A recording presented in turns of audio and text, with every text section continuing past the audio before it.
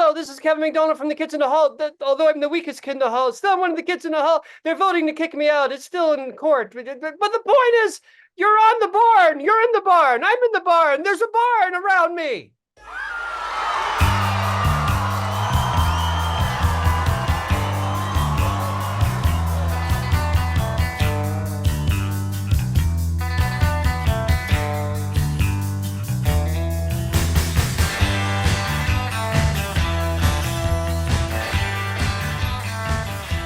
Hi, and welcome to The Barn, live from the Barn studio in Southeast Missouri. You got the Mox here, and I'm joined online right now with the hilarious Kevin McDonald from Kids in the Hall. Kevin, how are you, man?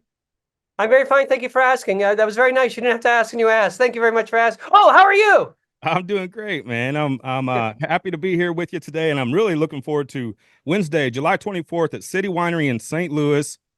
One-man show, right? Or a couple-man show. Do you have a little bit of help with you? I think I'll have an opening act. I don't know who yet. I've been asked. It's a few cities away. I've been asking people city before, and it's sort of like I call it stand up, but it's sort of like half a one man show, I guess. It's like it certainly isn't stand up because there's no jokes. I mean, there's humor. There's other ways to get humor than I tell funny. Anyway, it's half one man show and half stand up, and there will be an opening act. But I do the my part. I do me by myself. Is this similar? I know you had a Broadway show at one point. Is this similar to that?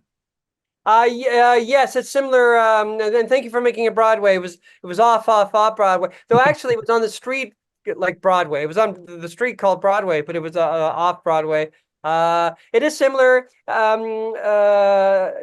There's some of the stories from that, and there's some new stories. In St. Louis, I haven't been there for 10 years, so they're probably all new to you anyway. But even if you have seen it, why am I yelling? There's like 70% news stories, but I haven't been here 10. I don't think shut up, Kevin. All right, I will. Thank you. So this is part of, I guess, maybe the City Winery tour because you're hitting Boston, New York, Philadelphia, Yes. Chicago, Yes. Nashville, Yes. some of the other ones, and definitely Yes. St. Louis. It's Wednesday, July 24th. What is this time right before you go out on tour? Because I think you're leaving in a couple days. What is I that leave like for tomorrow. you? Oh, okay. You leave tomorrow. Yeah. So what is that like for you? Is there last minute preparation or is it Well, interviews? it's weird for me because I'm in a comedy troupe called the Kids in the Hall. Who cares? And when we go on tour, we have like a tour manager, and they take care of everything. And I have an agent, and he's amazing. And like one just for stand up, and who cares? I have like 19, but the one for stand up, they're all amazing. The animation one isn't so great. I'm kidding. The animation one is great. But I don't have a tour manager. I don't want to like spend money for a tour manager. My agent is busy agenting. So I'm booking my own flights and like from city to city. Sometimes it's a train, sometimes it's a car. Usually flights have been less expensive. I learned that. That's boring. And I know because it's me being my own tour manager. I'm knocking on wood saying this, but there'll be a mistake. There'll be, oh, no, you're going to St. Louis, China. What? I booked a flight to St. Louis, China. I didn't know there was a St. Louis. It'll be something like that. But so every day I'm boring, but I'm going on because I'm interesting. I'm interested in this. I spend 2 hours, an hour, 2 hours every day, first booking everything. Like I did a city a day, and now I spend an hour or two every day going over everything, looking for that mistake. The flight to St. Louis, China, which I hear is beautiful. Yeah, you're fine tuning everything, I guess. Yes. All the boring stuff. All the boring stuff, yes. But I try to make it exciting by screaming. Yeah, there you go. There you go. You've had an amazing career. Obviously, done a lot of different things, but I would say most know you from Kids in the Hall, obviously. What do you think it is about Kids in the Hall that's lasted all these years? And I know like it kind of went into like re-airs or reruns, I guess, on Yeah. Comedy Central at one point, which seemed to be, helpful to you. I heard you say in some interviews. But what is it about Kids in the Hall that's had this like cult-like following for so long? Well, for one thing, I think we're odd in a way because we're like not Americans, though I'm also an American citizen, but we're Canadians, and I'm just a dual citizen. Who cares? Stop bragging, Kevin. And Canadians are we're sort of like Americans. There was a TV show in the 60s, you're too young to know this, called The Invaders, where aliens came down and but they looked like human beings and they seemed like human beings, but they were slightly off. And their hands were like, I don't know, no one can see this, right? This is radio. Their fingers were like separated an inch, and they were odd. And I think we're like the funny version of the invaders. We seem like you Americans, but we're just off. We say sorry too much, and we can be a little dry, funny. And we're also wet, funny. We're everything. Americans are just wet, funny. British people are just dry, funny. We're the child of England and the States. We're wet, dry. We're wet, dry, funny. And also, I think we helped ourselves by never reading newspapers. And so there's not very much in the show that's current. So it lasts forever. And there's like Saturday Night Live, everyone just watches. Millions and millions of people watch because it's just universal, or it's just it's there. I don't want to say mainstream. It's good, but it's there for everybody. It's like McDonald's. We're that weird hamburger place you never heard of. The one in Mississauga where I grew up called the Ponderosa, where people went to the Ponderosa. More people went to McDonald's, but the people that went to Ponderosa looked at Ponderosa, and we're like that. People watch Saturday Night Live all the time, but the ones who like Kids in the Hall look at it. Yeah. I stopped the computer. Yeah, and that's what I mean when I say cult-like following, because if you're a Kids in the Hall fan, you own Yeah, that shit, right? Like yeah. it's in your being. And what about that passionate fan base? I'm sure that's something that means a lot to you guys. Oh, absolutely. And they are passionate. Like I make this joke in my act. I say you're just like us. I like that the Kids in the Hall, you guys, your fans who watch us all the time. We made you into the misfits we are, only we're funny, which is sort of what I believe. And some of them are funny, but not as funny as us. That's ridiculous. Like Monty Python, how did they do it? When I was a kid, my Kids in the Hall were Monty Python, except they weren't like cult. They were like everybody loved them, yet they were weird. Yeah, not everybody. My parents wouldn't understood them. My parents didn't like them, but they had like a big audience compared to us. I guess the trick is being better. I guess they were just better than us. What is it about Canadians and comedians? Some of the most well-known and greatest ones, my favorite is Norm Macdonald, which is, Yeah, sort of that quirky kind of humor that you don't know if you're in on the joke or you are the joke kind of thing. But then, yeah, Jim Carrey and John Candy, Martin Short, Mike Myers, obviously you guys. What is it about Canada? Is it that sort of melting pot? You kind of get a little bit of both. yeah. Yeah. It's sort of like what I said before, like halfway between England and the States, and we're just odd people, but we seem like you, and I don't know why a lot of us become comedians. I don't know. There's probably of course United States has more people, but I bet there's still a bigger percentage of Canadians that become comedians than there are Americans. I don't know why that is. But in the 80s in Toronto, in the early mid 80s, it was quite an exciting time. It was the Kitchen Hall. Michael Myers was there. He joined the troupe for a second. Norm Macdonald was there, like he opened for us, and then we opened for him sometimes. And lots of other people that later became famous too. I always call it the Liverpool of England, or Seattle, like grunge music, like Toronto in the 80s, sort of so it's Canada for sure, but specifically Toronto. Though Toronto's like New York, that if you're good at something, you usually move to Toronto or Vancouver, depending what coast you're closer to. Now I'm boring myself, so I'm going to scream again. There is somebody that I admire that a lot of people know, but I wouldn't say he gets his credit, at least the way I think he is, and that's Tom Green. When Tom Green Yes. came along, he was so different, so quirky, and some of it was impromptu, and some of it was sketch kind of stuff. Uh, Yeah. what did you think about Tom and his career, and really Oh, when he was on MTV and kind of took off? I loved him. He's from Ottawa. Like a lot of comedians that moved to Toronto from Ottawa. I think Norm Macdonald, Mark McKinney from the Kitchen Hall, Dan Aykroyd for some reason, and Tom Green was one of them. And he sort of he was the decade after us, and Yeah. we knew he was great right away. Like he's a genuinely charmingly, lovingly so like odd person, in the best way possible. And we always loved him. And he was, and not only does he do crazy stunts, but he was funny about it. I always think that's important. Like when I was a kid, I loved Andy Kaufman, and Andy Kaufman did great things, but he also had great timing. He also could have done normal stand. Well, he was on that normal sitcom Taxi, which is a great show. and he was funny. And he was funny in that. And Tom Green, I would say, is exactly like that. He does stand up now, and it's great. Like he doesn't need to do something sexual to a moose. He's a genuinely funny person, and I don't know. I know that it's partly because he's Canadian, but I don't understand. I don't understand what it is about us, the Canadians, that make us like good odd comics. Yeah, are there modern comedians? You know, stand-up comedy in particular is seems like it's bursting right now. Maybe Yeah, having one of its greatest greatest, I don't know, success, I guess maybe. And maybe it's because of Netflix and a lot of people going to YouTube and a lot of right. podcasts and comedians having their own podcast. Are there any modern comedic minds that you admire or maybe even kind of, you know, get inspired by? Well, there's millions of comics. The one I'm working my way down, so I know everybody. I'm seeing all the specials.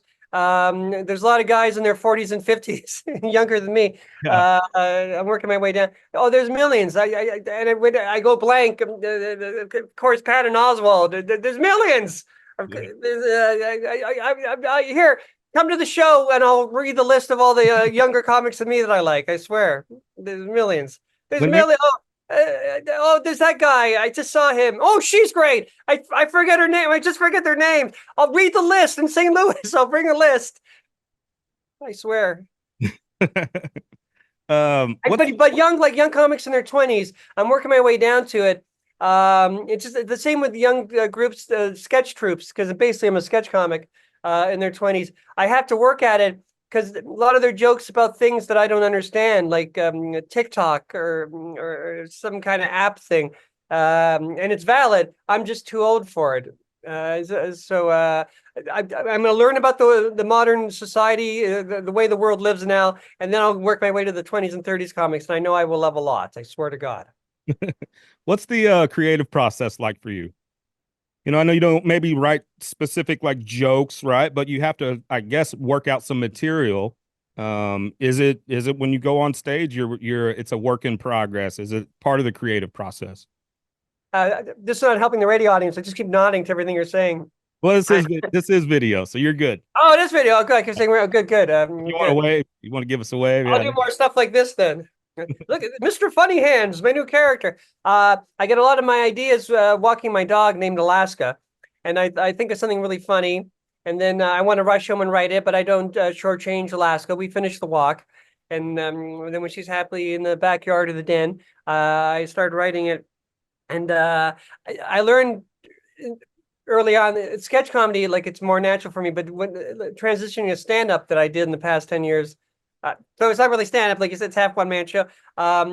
If I wrote everything down word per word like I did for sketch comedy, it killed it. So I learned to write it in this is a creative thing, in like point form, beats, not full sentences. I think Mark Maron does this. I'm nowhere near as good as Mark Maron. I'm just copying his method by accident.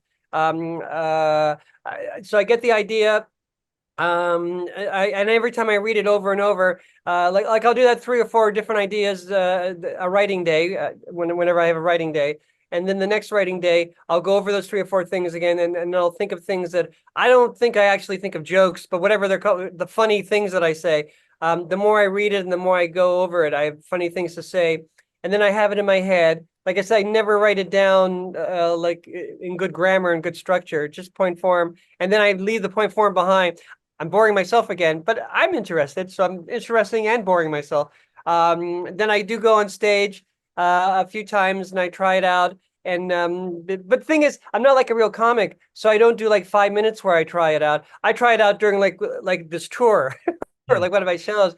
This tour is kind of sad because I've been doing it for like a few months. But if I do another one next year and I'm doing different stuff, I'll be like doing it at a real show. I guess I won't start the actual tour till I'm ready. But like my real hour show, I'll be trying stuff out. It'll be sandwiched between things I'm more confident in. But I'm boring. But that's sort of how I read it. And I think this, when I get in those 3 or 4 ideas that I've been working on, like every few days in my writing days, there'll be 1 or 2 that die, and the more and there'll be like by the end of a month, there'll be 5 or 6 where I go, oh my God, I've got to book a theater to try these.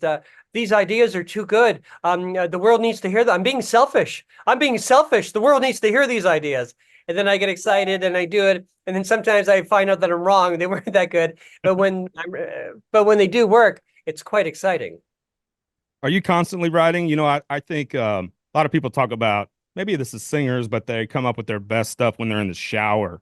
For me, I'm not near as creative as you, but when I'm mowing my yard and there's Yes. nothing but the sound of the lawnmower in my thoughts, right? That's typically when I come up with the ideas that I do have. So are you constantly writing? Is it 24/7 for you? Yes, yes. My phone is full of recorded comedy ideas and song ideas, but no one cares about that. And like you're mowing the lawn is my walking my dog Alaska. Yeah. Because if you do write a lot, I think this happens. It really helps if you have a TV show, like a sketch show. But even not, like nowadays, I don't have at the moment, I don't have a show. But I'm touring a lot, and so it's like the window in my mind is open and ideas will come in. And if you're in a relaxed state, like mowing your lawn or walking your dog, Alaska, and then the ideas just like come to you. Also, when you're like in a conversation or when you're overhearing conversations or even what you're watching a movie, something will you'll react to something. Something will make you laugh and think, "Oh, that would be fun. That was sort of interesting what that guy just said in the movie. Imagine if she said this, that would be funny, and we'd have a comedy sketch." And but when the window of creativity in your mind is open, ideas like start pouring in. Are you ever worried to consume other comedy, whatever that is, because you're worried that you might even like by osmosis, not even intentional, Yeah. be influenced by it or come up with something that's really similar to like, Saturday Night Live or whatever it is? Yeah, yeah. No, I'm aware of that. And quite often I go, oh, this is too much like this. Or sometimes I go, oh, this is sort of inspired by this, but I think it's different enough. And I'll rewrite it a little tiny bit to make it more different enough. Because we're all influenced. We're all subconsciously influenced. It's like I've written so many bad songs. Every now and then there's a melody from like a famous song in the 70s. So I've written so much like sketches and like a monologue comedy. Instead of stand up, I'll call it monologue comedy. Sometimes there's an idea that's too similar, and I either have to cut it, or there's an idea that's from the same world of a Norm Macdonald joke, but my take is a little different. So let's work on it and make it more different. But yeah, subconscious stealing like happens all the time, and it's good to be aware of that. What was the turnaround time from when you guys were writing to air?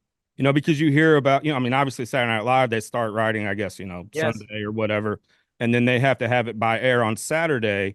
And then you hear, I'm thinking of just the world in general of comedy, and Comedy Central is like a lot of people have seen that documentary of the South Park guys and how quickly they turn around stuff and they're able to stay current. But then the Simpsons, they spend like 6 months on maybe one episode. So how quick of the turnaround was from idea to, airtime for you guys?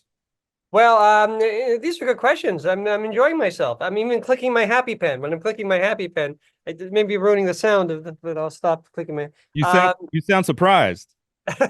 well, I did, usually interviews go well, but these are like questions about the writing process. So that I like that better than Yeah, and what celebrity was I in an elevator with? These are better questions. The Kids in the Hall in our '90s show, 5 seasons, 20 episodes a season. It would take us like a whole year to do to finish the show from beginning to end. But to be more specific about your answer, about the answer to your question, is we'd start off the year with like a month and a half writing period. We would write in we'd go come in the office from like 10 to 5. There were no like time limits. You could like stay as long as you want or not come. But we were there. We each had our own little cubicle. We sometimes wrote two or three of us. Sometimes we were one of us. And also we had other writers who were our friends who were in the troupe before we got a TV show. But they didn't know we were going to get a TV show. So they had to like quit and get jobs. So there were like 8 of us. And we'd write in different teams, write by ourselves. And every Friday, we'd have a reading. Professionals call it a read through. We call it a reading meeting for some stupid reason. And we would read the sketches. And then it was, even though it was funny and like we laughed a lot, it was also horrible because everybody brought in a lot of sketches. it would go for hours. And then after we read all the sketches, then we have 15 minutes of eating sandwiches. That was the best part. And then we'd go on for another few hours where people gave your notes. And then we would rewrite it. And that would be the process for the first 2 months. And then we pick the scenes. 75% of our show was taped in front of a live audience. 25%, I don't know if that percentage is right. I'm not a mathematician, but it must be something like that, was filmed. So for the next month, we would film our sketches. There were less of those. Like go on location and film them. And then for the month after that, we'd rehearse the first 2 weeks, and then we tape for the last 2 weeks our in front of a live audience, like tape in front of a live audience. We do 2 weeks of taping, like 4 episodes. Well, they weren't really episodes. We just did a lot of sketches and we made them in episodes later. And then when that was over, we'd go back to the writing, but at the same time the writing was happening, we'd also be editing the sketches and making them into the episodes. And so the whole year was like a writing period, filming period, taping in front of a live audience period, writing / editing period, filming, and so on and so on. And it always like people usually do your shows like in 10 months. It took us a whole year. Could Kids in the Hall exist today with the current climate and culture and what is offensive to people now? Could it exist today the way it was then? No, we wouldn't even get that far. We would we deserve this. We're just lucky but nowadays nobody would be interested in seeing a show with 5 white guys to begin with, and I understand that totally. And then if we did get a TV show, we'd get lots of notes, and it wouldn't be. We were so lucky. Like or hate the Kids in the Hall in the '90s, it was the show that we wanted. We got very little like censorship from HBO in the States and CBC in Canada, the 2 networks we were on in North America, and we got to do what we wanted, and we never thought it was offensive. We thought it was funny and had a point of view. Then the offensiveness helped the point of view and would make people laugh and even say, "Yeah, that is a stupid thing that people do to other people." Like we never like said that out loud, but that was sort of like it was underneath. I don't think we would get a show nowadays, and I think that's fine. I think things happen when they should happen. Yeah, and I think so much of it, even comedy just in general, is observational humor. It's like, oh yeah, I know a guy that's like that, or oh, I've been in a situation like that. And that's what makes people, I think, relate to the comedy. And a lot of times from just our coverage of stand-up comedians and comedy in general, that's what gets the most laugh. You know, we talked to Jeff Foxworthy, who's a southeastern. He does really well in the southeast, and you can understand why. Yes. Or just in the South in general. And one of the things he said is like, I couldn't do jokes about the subway down in Atlanta where I'm from because we didn't have a subway. So Right. making it relatable and again that observational humor that people can relate to it. Right. And that's another reason why we're cult, because what we related to, the masses don't relate to. I try to think of a scene, an example, like back in the '80s, would anybody the age of my parents care about a chicken lady, like our character, or a guy saying crushing your heads? I guess that was more absurdist. We also had like more relatable stuff. Um, but I but I think we were good enough that we did get our passionate small audience, because people could relate to it. What's that old saying? It's funny because it's true. Yeah. That saying is sort of correct. Join here with Kevin McDonald. Going to be seeing him Wednesday, July 24th at the City Winery in St. Louis. This is The Barn, live from the Barn studio. Know your time's limited, Kevin. Got one more question for you, though. Working with a troupe, working with a team is obviously very different than solo work. Obviously, probably there's some difficulties that maybe come with that, but it's also when you're a team, you can rely on your teammates a little bit more. What was that experience like for you? And what is that experience like for you? Because you're still obviously a part of it. Yeah. We're talking about now. We may be touring, but like even by the end of the year, maybe, or we may not be, but we're talking about it, so we might be. So we're still an active concern, as they say. And it's amazing because like when I was young, I knew that I was funny. I knew that I wasn't a stand-up because even now that I do stand-up, as we discussed when I was really boring early on, it's not really stand-up. It's almost like a sketch comedy version of stand-up, or I just tell stories. Anyway, so I was sort of lost. I went to Second City workshops, and I met the kids in the hall one by one, and there were lots of like comedy actors and comedy writers and stand-up comedians that I met before the kids in the hall, even though like we were teenagers, we started so young. But they were the one by one, they were the ones that wow, that guy thinks exactly like I do in a completely different way, which is sort of the secret of chemistry. And all five of us, we think we're in the same ballpark of thought, and it's a small ballpark. Not many people would be happy in that ballpark or would think that way, but we all do different things. I'm first base, he's a catcher. But it's this ballpark that we belong to, and it was quite exciting. It's sort of like falling in love when you find sort of like comedy chemistry with someone, and that's very exciting. And now when I do, I'll call it stand up, and whatever it's called that I do, um, uh, it's lonely. It's lonely. I mean, when you're just going on stage in comedy, even with your comedy troupe, you still have a kind of loneliness because it's you in your own head with your own concerns. What if I forget my lines? What if I screw things up? Well, what sketch are we doing third? I forget. But you're having that feeling with four other guys, and that makes it less lonely. In stand up, I'm having that feeling all by myself, and there's no one I know or trust or love. So loneliness. That's what I want to end this interview with. It's all about loneliness. Thank you very much. Come be lonely. Wednesday, July 24th with Kevin McDonald and the Barn. We're going to be in the house at the City Winery in St. Louis. Doors are at 6 p.m. Show starts at 7. Kevin, thanks so much today. Can't wait to connect with you when you get into town, man. Yes, yes. If you're at the show, come backstage. And sure, I may be forgetting. Go, who's that guy backstage? I never know. But come anyway. After I go loud, it'll be fun. We'll be there. Thanks so much, man. Thank you. Thanks. Bye.